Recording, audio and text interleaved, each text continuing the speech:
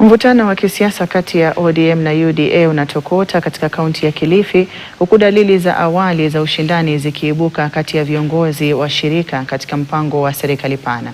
Migawanyiko hiyo ilidhihirika wakati wa sherehe za kuadhimisha siku ya kimataifa ya wanawake, ambapo kila upande uliandaa sherehe hizo katika kaunti ya Kilifi. Kundi moja likiongozwa na mwenyekiti wa bodi ya barabara nchini Aisha Jumwa na lingine likiongozwa na gavana wa kaunti hiyo Gideon Mung'aro, wote wakifanya hafla kwenye maeneo tofauti ya kaunti hiyo.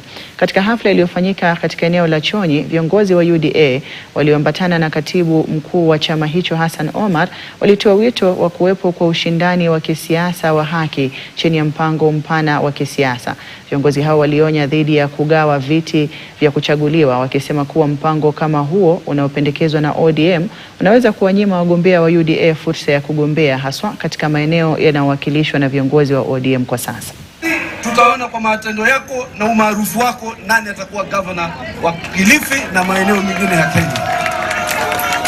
Kwa hivyo na sisi hakuna contradiction.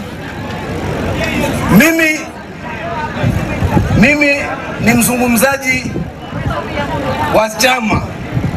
Ninayozungumza mimi ndio sera ya chama, ndio mtazamo wa chama, ndio msimamo wa chama.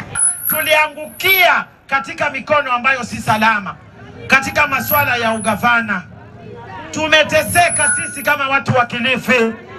Kila aliyesimama hapa amesema maji hakuna, dawa hospitali hakuna. Project moja ambayo gavana wenu wa Kilifi ameishikilia ni kuvunja mochari na kujenga mochari za kisasa.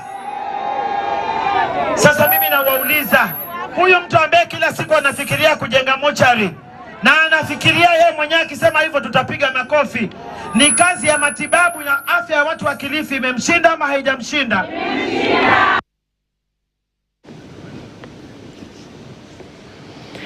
Mtazamaji, taarifa hiyo inanifikisha mwisho mwa taarifa za Mbiu ya KTN Alhasiri ya leo.